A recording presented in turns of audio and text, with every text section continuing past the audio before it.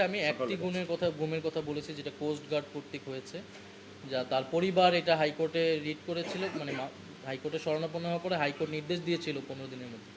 এবং গতকালকে ওইটা যিনি বলেছেন উনি হয়তো তার বক্তব্য নিয়ে পুনর্বিবেচনা করে তাই বক্তব্য বলবেন। আমরা তো আজকে স্পষ্টভাবে এটা বলেছি। আর সফলতা দেখেন, এটা সফলতা আর ব্যর্থতার বিষয় আমরা কিন্তু যা প্রতিশ্রুতি দিয়েছে সরকার, সেটা আমরা সেই প্রতিশ্রুতিগুলো কোথায় ভঙ্গ করেছে এটা আমরা দেখেছি। বিরোধী দল হিসেবে এটাই আমাদের দায়িত্ব, সরকারের সফলতা দেখানোর দায়িত্ব তো আমাদের না।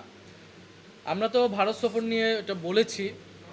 5ই আগস্ট যে এই প্রেস ব্রিফিংটি হয়েছে দিল্লিতে, এই প্রেস ব্রিফিং এটা আমরা মনে করি না এটা কেবল আওয়ামী লীগের প্রেস ব্রিফিং। এটা আসলে দিল্লির ভাষ্য, ভারত সরকার বাংলাদেশকে কি বলতে চায় এটাই বলা হয়েছে। কারণ ভারত সরকারের বা দিল্লির সহযোগিতা ছাড়া, মদত ছাড়া এটা প্রেস ব্রিফিং সম্ভব হতো না।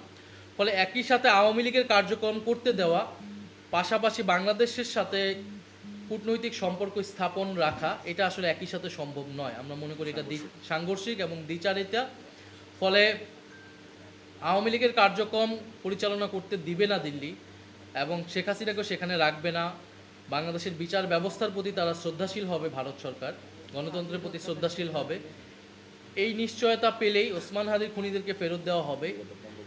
এবং আমাদের যে বিগত 15 বছরে ভারত বাংলাদেশ যে সম্পর্ক, সেই সম্পর্ক নতুনভাবে পুনর্মূল্যায়ন করে নতুন সম্পর্ক স্থাপন করতে হবে। এবছর গঙ্গা চুক্তি শেষ হচ্ছে, আমরা যাতে আমাদের পানির ন্যায্য হিস্সা পাই, কুশিন যাতে সীমান্তে না হয়, সীমান্ত হত্যা যাতে বন্ধ হয়, ইত্যাদির ভিত্তিতে ভারতের সাথে নতুন করে সম্পর্ক স্থাপন সম্ভব।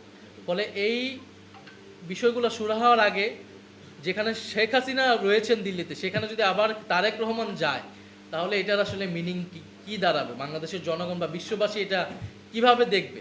ফলে আমরা মনে করি এটা শুধু তারেক রহমান বিষয় না, বাংলাদেশের জন্য এটা একটা অবমাননাকর ঘটনা হবে।